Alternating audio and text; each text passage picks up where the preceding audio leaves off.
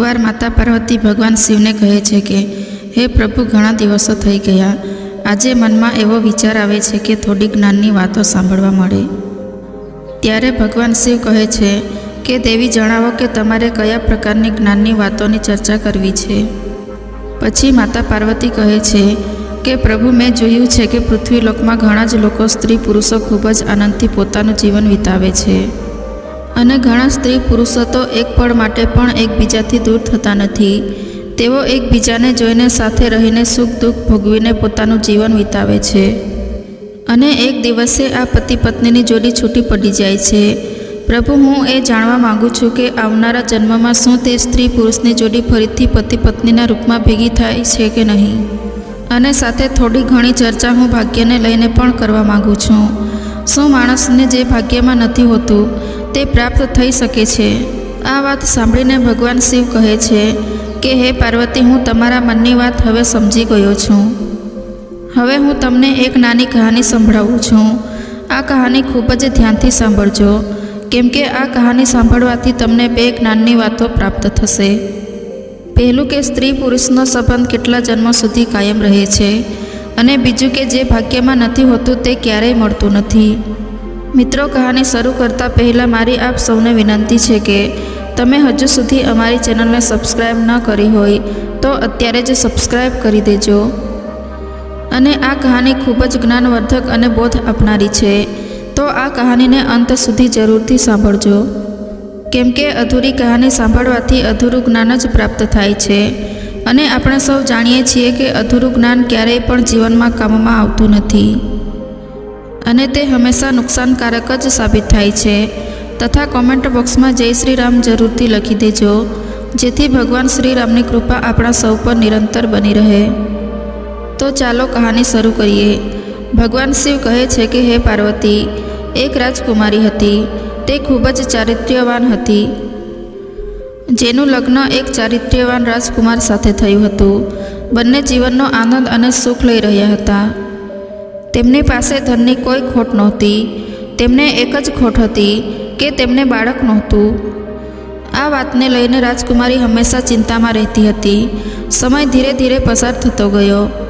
એક દિવસ રાજકુમારીની તબિયત અચાનક બહુ જ ખરાબ થઈ ગઈ. પછી તેણે રાજકુમારને બોલાવીને કહ્યું કે પ્રીતમ, મેં તમને ખૂબ જ પ્રેમ કર્યો છે.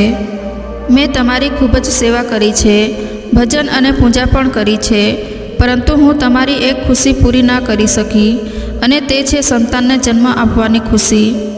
મને એવો આભાસ થઈ રહ્યો છે કે મારું જીવન હવે થોડીક જ ક્ષણોમાં ખતમ થઈ જશે. તમે શોક ના કરતા, અને મારા મૃત્યુ બાદ મારી યાદો સાથે તમે જીવન વિતાવજો. અને હું તમને વચન આપું છું કે આવતા જન્મમાં હું ફરીથી તમારી પત્ની બનીશ, અને હું તમારી સંતાનની ઈચ્છા જરૂર પૂરી કરીશ. આટલું કહ્યા પછી તે રાજકુમારીનું મૃત્યુ થઈ જાય છે. ભગવાન શિવ કહે છે કે હે પાર્વતી, થોડો સમય વીત્યા બાદ તે રાજકુમારનું પણ મૃત્યુ થાય છે, અને ત્યાર પછી તે રાજકુમાર એક એવા રાજાને ત્યાં જન્મ લે છે કે તે રાજાને 1600 રાણીઓ હોય છે, અને તે બધી જ રાણીઓ વચ્ચે તે એકલો જ પુત્ર હોય છે. બીજી બાજુ તે રાજકુમારી પણ એક એવા રાજાને ત્યાં જન્મ લે છે જે રાજાને પણ 1600 રાણીઓ હોય છે, અને તે બધી રાણીઓમાં તે એક જ પુત્રી હોય છે. ભગવાન શિવ કહે છે કે હે પાર્વતી, જે રાજાને પુત્ર હતો તેની પાસે એક ખૂબ જ બુદ્ધિશાળી અને સમજદાર પોપટ હતો. તે રાજા ઘણા બધા વિષયોમાં, ઘણી બધી બાબતોમાં તે પોપટની સલાહ લેતો હતો, અને તે પોપટની સલાહ તે રાજા માનતો પણ હતો. ઘણા મુશ્કેલ સમયમાં, ઘણા મુશ્કેલ પ્રશ્નોમાં તે રાજા પોપટની સલાહ અવશ્ય લેતો હતો. ભગવાન શિવ કહે છે કે હે પાર્વતી, એક દિવસ રાજાએ તે પોપટને બોલાવ્યો, અને તે પોપટને કહ્યું કે હે પોપટ, હું તને એક ખૂબ જ મોટી જવાબદારી સોંપું છું, જે તારે પૂરી કરવાની જ છે. ત્યાર પછી પોપટે કહ્યું કે બોલો મહારાજ, હું તો તમારી માટે કંઈ પણ કરવા તૈયાર છું. ત્યારે રાજાએ કહ્યું કે હે પોપટ, તું તો જાણે જ છે કે મારો એક જ પુત્ર છે, અને હું મારા પુત્ર માટે જેવી વહુ શોધવા માગું છું એવી જ વહુ તારે શોધીને લાવવાની છે. અને ત્યાર પછી તે રાજાએ તે પોપટને પોતાના મનની બધી જ વાતો જણાવી દીધી કે તે પોપટના દીકરા માટે કેવી વહુ લાવવા માંગે છે. અને ત્યાર પછી તે રાજાની વાત સાંભળીને તે પોપટ ખૂબ જ રાજી થઈ ગયો. પછી તે પોપટે રાજાને કહ્યું કે મહારાજ, તમારે જેવી રાજકુમારી જોઈએ છે અને તમારી જેવી પસંદ છે તે તમે એક કાગળમાં લખીને મારા પગમાં તે કાગળને બાંધી દો અને પછી આગળનું કામ તમે મારા ઉપર છોડી દો. હું તેવી જ રાજકુમારી શોધીને લાવીશ જેવી રાજકુમારી તમે ઈચ્છો છો. ભગવાન શિવ કહે છે કે હે પાર્વતી, પછી પોપટની વાત સાંભળીને રાજાએ એક કાગળ ઉપર તેની પસંદની રાજકુમારીના વિશે બધી જ વિગતો લખી દીધી કે તે કેવી રાજકુમારી ઈચ્છે છે અને તે કાગળને વાળીને તે પોપટના પગમાં બાંધી દીધો. ત્યાર પછી તે પોપટ એક પાડોશી દેશમાં પહોંચી ગયો. ત્યાં ખૂબ જ ભારે વરસાદ થઈ રહ્યો હતો. ત્યારે તેણે એક જંગલમાં શરણ લેવી પડી. તેને એક ખૂબ જ જૂનું બખોલવાળું ઝાડ મળી ગયું, જ્યાં તેને લાગ્યું કે આ જગ્યા મારા આરામ માટે ખૂબ જ યોગ્ય છે. ભગવાન શિવ કહે છે કે હે પાર્વતી, જ્યારે તે પોપટે તે ઝાડની બખોલમાં અંદર જવાનું વિચાર્યું ત્યારે જ તે ઝાડમાંથી એક અવાજ આવ્યો, જો તું અંદર આવીશ તો તું આંધળો થઈ જઈશ. અને ત્યાર પછી તે પોપટ આવી ડરામણો અવાજ સાંભળીને તે ઝાડની અંદર ગયો નહીં અને તે ઝાડની બાજુમાં જ એક નાની ડાળ ઉપર જઈને બેસી ગયો અને વરસાદ બંધ થવાની રાહ જોવા લાગ્યો. વરસાદ બંધ થયા પછી તે ઝાડની બખોલમાંથી એક મેના નીકળી અને આવીને તે પોપટની પાસે બેસી ગઈ. પછી બંને પોપટ અને મેના ઘણા સમય સુધી વાતો કરતા રહ્યા. આ વચ્ચે તે પોપટે મેનાને બધી જ વાત કહી સંભળાવી કે તે ક્યાં અને શા માટે જઈ રહ્યો છે. પછી તે પોપટની વાત સાંભળીને તે મેના કહેવા લાગી કે આજની આપણી મુલાકાત ખૂબ જ યાદગાર રહી છે. પછી તે મેના પોપટને આગળ કહે છે કે તમે તમારા માલિકના પ્રતિ જેટલા વફાદાર છો તેમ હું પણ મારા માલિકની પ્રત્યે એટલી જ વફાદાર છું. તમે તમારા રાજાના પુત્ર માટે એક એવી રાજકુમારીની શોધ કરી રહ્યા છો કે જેની અંદર બધા જ ગુણ હોય. તેવી જ રીતે હું પણ મારા રાજાની રાજકુમારી માટે એવા રાજકુમારની તલાશમાં નીકળી છું કે જેના અંદર બધા જ ગુણ હોય. ભગવાન શિવ કહે છે હે પાર્વતી, પછી તે પોપટ કહેવા લાગ્યો કે અમારા રાજાનું કહેવું છે કે અમે એવા ઘરની રાજકુમારી લાવીશું જે રાજાની 1600 રાણીઓ હોવી જોઈએ, કેમ કે અમારા રાજાને પણ 1600 રાણીઓ છે. ત્યારે મેના કહેવા લાગી કે હવે તો આપણી વાત બની જ જશે, કેમ કે તમારા રાજાને પણ 1600 રાણીઓ છે અને અમારા રાજાને પણ 1600 રાણીઓ છે. તમારા રાજાને કેવળ એક જ રાજકુમાર છે અને અમારા રાજાને પણ એક જ રાજકુમારી છે. તમારા રાજાનો રાજકુમાર સર્વગુણ સંપન્ન છે અને અમારા રાજાની રાજકુમારી પણ સર્વગુણ સંપન્ન છે. ભગવાન શિવ કહે છે હે પાર્વતી, આવી રીતે પોપટે તે મેનાને રાજકુમારીની બધી જ પસંદ જણાવી દીધી અને બીજી બાજુ તે મેનાએ પણ પોપટને રાજકુમારીની બધી જ પસંદ જણાવી દીધી.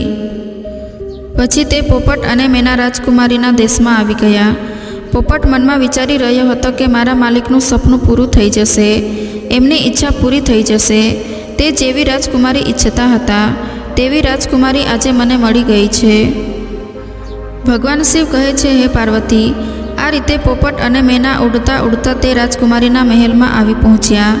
ત્યારે મહેલમાં એક નોકરે તેમને જોઈ લીધા અને તેણે રાજાને જઈને કહ્યું કે હે મહારાજ, તમે મેનાને જે કાર્ય માટે મોકલી હતી તો તેણે તમારી સાથે ખૂબ જ મોટો વિશ્વાસઘાત કર્યો છે. તે રાજકુમારીની શોધમાં ક્યાંય પણ નથી ગઈ, પરંતુ તે એક પોપટ સાથે ફરી રહી છે. મેં મારી આંખોથી તે મેનાને એક પોપટ સાથે બહાર ફરતા જોઈ છે. તે તમારી વાત તો ભૂલી જ ગઈ છે. તમારી આજ્ઞાનું તેણે ઉલ્લંઘન કર્યું છે. ભગવાન શિવ કહે છે હે પાર્વતી, આ પ્રકારે રાજાને ખૂબ જ ક્રોધ આવી જાય છે અને તે પોપટ અને મેના બંનેને મારવાનો આદેશ આપી દે છે.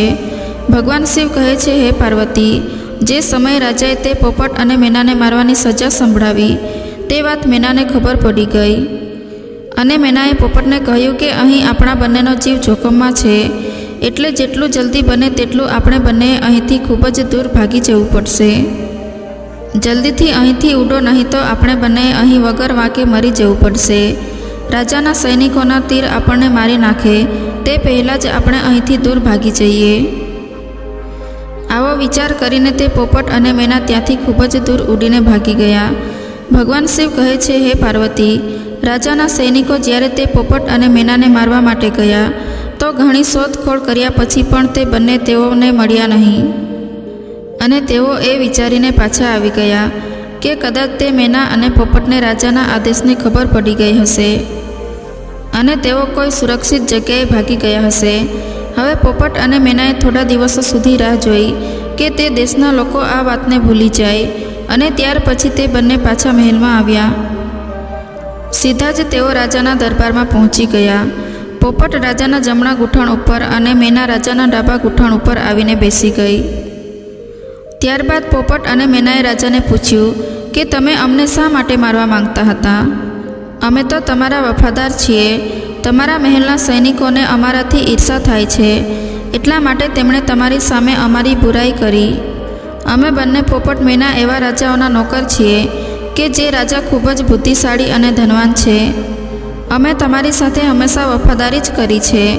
ભગવાન શિવ કહે છે, હે પાર્વતી, હવે પોપટ અને મેના પોતાના મનની વાત જણાવે છે અને કહે છે કે બંને રાજાઓની પાસે 1600 રાણીઓ છે, જેમાં એક રાજાને ત્યાં કેવળ પુત્ર જ છે અને બીજા રાજાને ત્યાં કેવળ પુત્રી જ છે.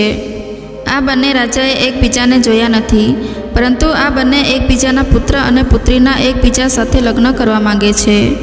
એક રાજાને એવી વહુ જોઈએ છે જેવી બીજા રાજાની રાજકુમારી છે, અને બીજા રાજાને એવો જમાઈ જોઈએ છે જેવો પેલા રાજાનો રાજકુમાર છે. મહારાજ જુઓ, અમે બંને એ જ રાજાઓના નોકર છીએ. ભગવાનની કૃપાથી અમે બંને તમારા રાજ્યની બહાર જંગલમાં મળ્યા હતા, અને હવે અમે આ સારી ખબર લઈને તમારી સામે આવ્યા છીએ. ભગવાન શિવ કહે છે, હે પાર્વતી, આવી જ રીતે પોપટ અને મેનાએ પોતાના મનની વાત રાજાને કહીને રાજાને ખુશ કરી દીધો. ત્યાર પછી પોપટે પોતાનો એક પગ રાજાની બાજુમાં આગળ ધકેલ્યો, જેમાં એક કાગળ બાંધેલો હતો, જેમાં રાજકુમારીની પસંદ લખેલી હતી. ત્યાર પછી રાજાએ તે કાગળ વાંચ્યો અને રાજા ખુશ થયો. પહેલાં તો રાજાને તે પોપટ અને મેના પર વિશ્વાસ ન થયો. ત્યારબાદ રાજાને તે બંનેનું વર્તન અને વાતો સાંભળીને તેમના પર વિશ્વાસ આવી ગયો. ભગવાન શિવ કહે છે, હે પાર્વતી, પછી રાજાએ પોપટના પગમાંથી રાજકુમારીની શાહી તસવીર કાઢી અને પોતાની રાણીઓ પાસે મોકલી દીધી, અને સંદેશો મોકલ્યો કે આ તસવીર જોઈને જણાવો કે રાજકુમારી માટે આ રાજકુમાર કેવો છે. શું બધી જ રાણીઓને રાજકુમાર પસંદ છે કે નહીં? ભગવાન શિવ કહે છે, હે પાર્વતી, કેટલાક દિવસો વીતી ગયા, પરંતુ તે તસવીર પાછી આવી નહીં. રાજકુમારીને તે તસવીર ખૂબ જ પસંદ આવી. ત્યારબાદ તે રાજકુમારની તસવીરને પોતાના હાથોમાં જ રાખીને રહેતી હતી. થોડા દિવસો પછી તે રાણીઓ તરફથી જવાબ આવ્યો કે રાજકુમાર બધાને પસંદ છે. હવે રાજકુમારીનું લગ્ન જલ્દી જ થઈ જવું જોઈએ, કેમ કે રાજકુમારી તો રાજકુમારને જોયા વગર રહી શકતી નથી.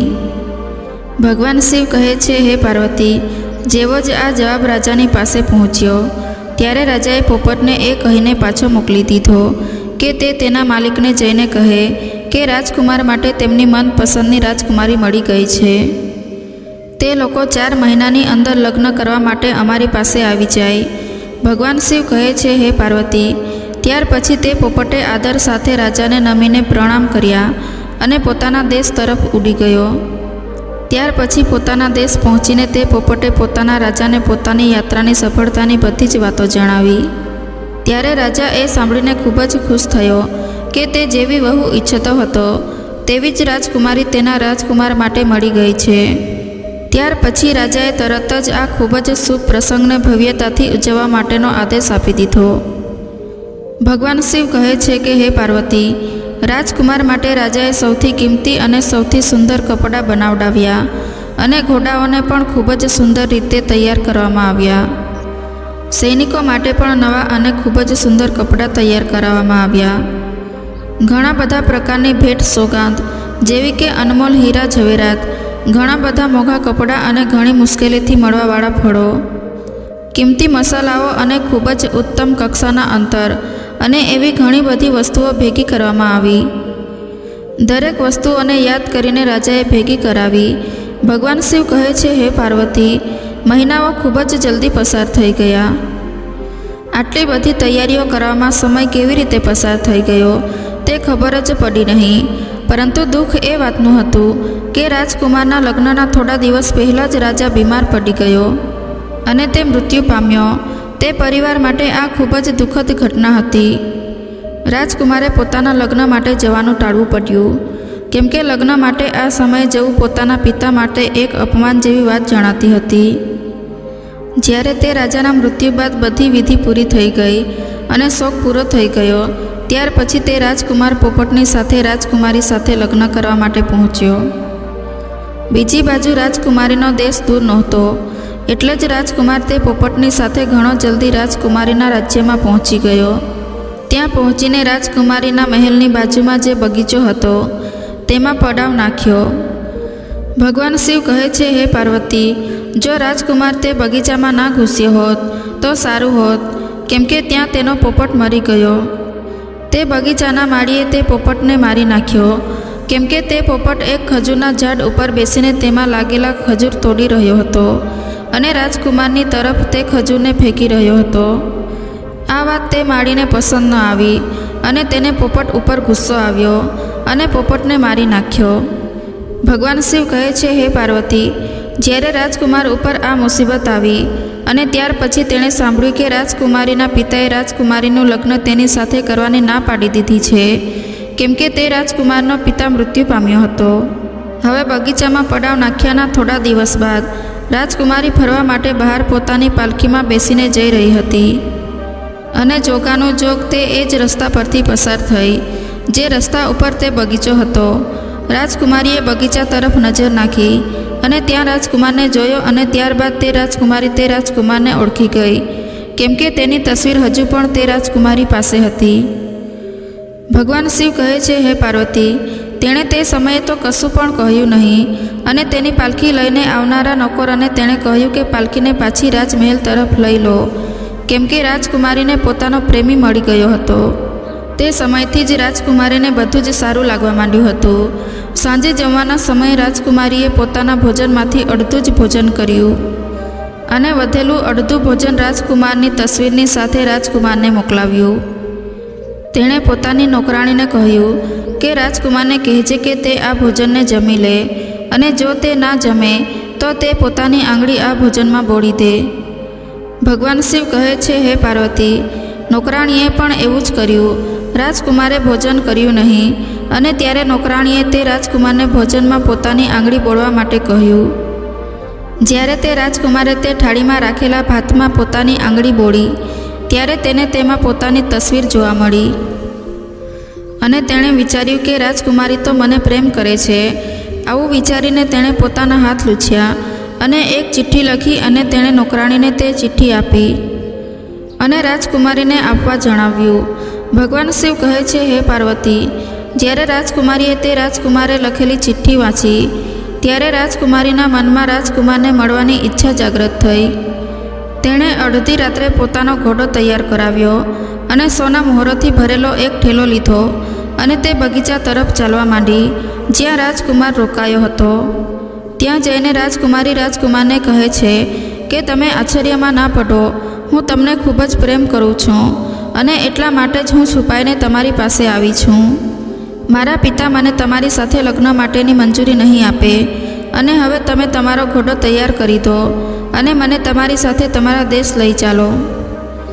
ભગવાન શિવ કહે છે, હે પાર્વતી, ત્યાર પછી તે રાજકુમાર અને રાજકુમારી પોતાના ઘોડા ઉપર બેસીને તે રાજ્યની બહાર નીકળી ગયા અને ત્યાર પછી તેઓ એક એવા નગરમાં પહોંચી ગયા કે ત્યાં તેમના જીવનનું જોખમ ખૂબ જ વધી ગયું. તેઓ જે નગરમાં પહોંચ્યા હતા ત્યાં એક મોટી જાદુગરની રહેતી હતી. તેની એક પુત્રી હતી. જ્યારે તેણે રાજકુમારને જોયો તો તે જાદુગરની પુત્રીને પહેલી જ નજરે રાજકુમાર પસંદ આવી ગયો અને તે રાજકુમારને પ્રેમ કરવા લાગી ગઈ. તેણે પ્રતિજ્ઞા કરી લીધી કે હું રાજકુમાર સાથે જ લગ્ન કરીશ. ભગવાન શિવ કહે છે, હે પાર્વતી, હવે તે જાદુગરની મનમાં વિચારવા લાગી કે મારી પુત્રીનું લગ્ન રાજકુમાર સાથે કેવી રીતે થશે. તે જાદુગરની પુત્રી પોતાના મનમાં વિચાર કરવા લાગી કે મારા લગ્ન આ રાજકુમાર સાથે કેવી રીતે થશે. પછી તેણે એક યુક્તિ વિચારી અને તેણે તેની માતા જાદુગરનીને તે રાજકુમાર અને રાજકુમારીને પોતાના ઘરે ભોજન માટે આમંત્રિત કરવા માટે કહ્યું. પોતાની પુત્રીની વાત માનીને તે જાદુગરનીએ રાજકુમાર અને રાજકુમારીને પોતાના ઘરે ભોજન માટે આમંત્રણ આપ્યું. ભગવાન શિવ કહે છે, હે પાર્વતી, જ્યારે રાજકુમાર અને રાજકુમારી તે જાદુગરનીના ઘરે ભોજન કરવા માટે ગયા ત્યારે જાદુગરની તે રાજકુમારને એક ઓરડામાં લઈ ગઈ અને ત્યાં રાજકુમારના ગળામાં એક દોરડું બાંધી દીધું અને જેવું દોરડું બાંધ્યું તે તરત જ તે રાજકુમાર એક પાડાના રૂપમાં બદલાઈ ગયો.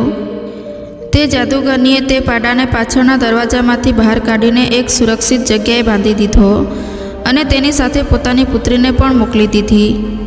હવે તે રાજકુમારી ભોજન કર્યા બાદ પોતાના રાજકુમારને શોધવા લાગી, પરંતુ તે રાજકુમાર હવે પાડો બની ગયો હતો. તે હવે રાજકુમારીને કેવી રીતે મળવાનો હતો? હવે આખો દિવસ તે પાડો તે જાદુગરની પુત્રીની પાછળ પાછળ ફર્યા કરતો. તે જાદુગરની પુત્રી જ્યાં પણ જતી, તે પાડો તેની પાછળ પાછળ જતો હતો. ભગવાન શિવ કહે છે, હે પાર્વતી, તે જાદુગરની પુત્રી રાત્રે તે પાડાના ગળામાંથી તે દોરડું કાઢી લેતી હતી, જેથી તે રાજકુમાર બની જતો અને તે પાડાનું રૂપ ખતમ થઈ જતું હતું. અને જ્યારે સવાર થતી ત્યારે તે દોરડું ફરીથી રાજકુમારના ગળામાં પહેરાવી દેતી અને તે ફરી પાછો પાડાના રૂપમાં આવી જતો અને દિવસ દરમિયાન તેને બહાર ફરવા લઈ જતી હતી. બીજી બાજુ રાજકુમારીને રાજકુમારને મળ્યા ઘણા બધા દિવસો થઈ ગયા હતા. રાજકુમારી એક પાગલની જેમ પોતાના રાજકુમારને શોધી રહી હતી. તે ખૂબ જ દુઃખી હતી. તેને ખબર જ નહોતી પડતી કે હવે તે શું કરે. રાજકુમાર તેને છોડીને ક્યાં જતો રહ્યો હશે અને તેણે તેને દગો આપ્યો હશે તેવું રાજકુમારી પોતાના મનમાં વિચારતી અને ફરી ઘણીવાર વિચારતી કે રાજકુમાર મને દગો ન આપી શકે, કેમ કે તે મને ખૂબ જ પ્રેમ કરે છે અને હું પણ તેને ખૂબ જ પ્રેમ કરું છું. કદાચ એવું તો નથી બન્યું કે કોઈએ રાજકુમારને મારી નાખ્યો હોય તેવું રાજકુમારી વિચારવા લાગી. ભગવાન શિવ કહે છે, હે પાર્વતી, હવે તે રાજકુમારીએ એક પુરુષનો વેશ ધારણ કર્યો અને તે દેશના રાજા પાસે પહોંચી અને તે રાજાને પોતાના મનની બધી વાતો જણાવી અને તે રાજા તે રાજકુમારીની બોલવાની છટ્ટા અને તેની સુંદરતાથી ખૂબ જ પ્રભાવિત થયો. પછી તે રાજાએ પોતાના દરબારમાં તે રાજકુમારીને એક ઉચ્ચ અધિકારીના પદ પર નિયુક્ત કરી દીધી. ભગવાન શિવ કહે છે, હે પાર્વતી, જ્યારે તે રાજકુમારી એક અધિકારી બની જાય છે ત્યારે તે અધિકારીને ઘણા બધા ઘરોમાં આવવા જવાનું થતું હોય છે. એવી જ રીતે તેને ઘણા બધા લોકોના ઘરની ખાનગી વાતો પણ જાણવા મળતી હતી. ભગવાન શિવ કહે છે, હે પાર્વતી, આવી જ રીતે તે રાજકુમારી એક અધિકારી બનીને તે રાજાને ત્યાં કામ કરવા લાગી. સમય ધીરે ધીરે પસાર થતો ગયો. ઘણા બધા વર્ષો વીતી ગયા. એક દિવસ તે રાજાનું મૃત્યુ થઈ જાય છે અને ત્યારબાદ નગરના બધા જ લોકો તે અધિકારીને તે દેશનો રાજા બનાવી દે છે, કેમ કે તે અધિકારીના રૂપમાં તે રાજકુમારીનો વ્યવહાર તે રાજ્યની જનતાના પ્રત્યે ખૂબ જ સારો હતો. ભગવાન શિવ કહે છે, હે પાર્વતી, તે નગરમાંથી એક વ્યક્તિ એક ખડતલ પાડાને વેચવા માટે તે નગરના રાજા પાસે આવ્યો. ત્યાર પછી તે રાજાના રૂપમાં જે રાજકુમારી હતી તેણે તે પાડો ખરીદી લીધો. તે પાડો ખૂબ જ કામનો હતો, કારણ કે તેનામાં એક ખાસિયત હતી કે તે કોઈ પણ ખોવાયેલી વસ્તુને સૂંઘીને શોધી લાવતો. ભગવાન શિવ કહે છે, હે પાર્વતી, એક દિવસ અચાનક તે પાડો ક્યાંક ખોવાઈ ગયો. પછી રાજાએ પોતાના નગરમાં એલાન કરાવી દીધું કે આ નગરમાં જેટલા પણ પાડા હોય તે બધાને અહીં ભેગા કરવામાં આવે. હવે આ આદેશ તે જાદુગરની પાસે પણ પહોંચી ગયો. નગરના બધા જ પાડા રાજાની સમક્ષ હાજર કરવામાં આવ્યા, પરંતુ તે જાદુગરનીએ તે રાજકુમારના રૂપમાં જે પાડો હતો તેને રાજાની સમક્ષ હાજર નહોતો કર્યો. હવે જ્યારે તે નગરના સૈનિકોએ રાજાના રૂપમાં રહેલી રાજકુમારીને એ વાત જણાવી કે આ જાદુગરનીએ પોતાનો પાડો અહીં મોકલ્યો નથી, ત્યારે તે રાજકુમારી એકદમ ગુસ્સામાં આવી ગઈ અને તેણે તે જાદુગરની સાથે તેના પાડાને પોતાની સમક્ષ જબરજસ્તી હાજર કરાવ્યો. અને જ્યારે તે સૈનિકોએ તે પાડાના ગળામાંથી રહેલા દોરડાને જોરથી ખેંચ્યું ત્યારે જ તે દોરડું તે પાડાના ગળામાંથી નીકળી ગયું અને તે દોરડું ગળામાંથી નીકળતા જ તે પાડો એક રાજકુમારના રૂપમાં પાછો આવી ગયો. પછી તે રાજકુમારીના રૂપમાં રહેલા રાજાનું પોતાનું સપનું સાકાર થઈ ગયું અને તે એકદમ તે રાજકુમારને ભેટી પડી અને તે જાદુગરનીને તે રાજકુમારીએ પકડાવીને જેલમાં પુરાવી દીધા. ત્યાર પછી તે રાજકુમારીએ બધા જ નગરજનોને કહ્યું કે મારે આ રાજકુમારને મળવા માટે એક પુરુષનું રૂપ ધારણ કરવું પડ્યું હતું. હું એક સ્ત્રી છું, તેથી હવેથી તમે આ રાજકુમારને પોતાના રાજા અને મને તમારી રાણી સમજજો.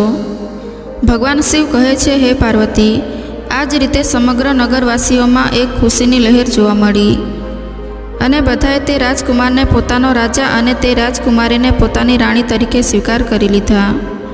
આ બાજુ તે રાજકુમાર રાજા બની જાય છે અને તે રાજકુમારી રાણી બની જાય છે અને બીજી બાજુ તે જાદુગરનીને ફાંસી પર ચડાવી દેવામાં આવે છે.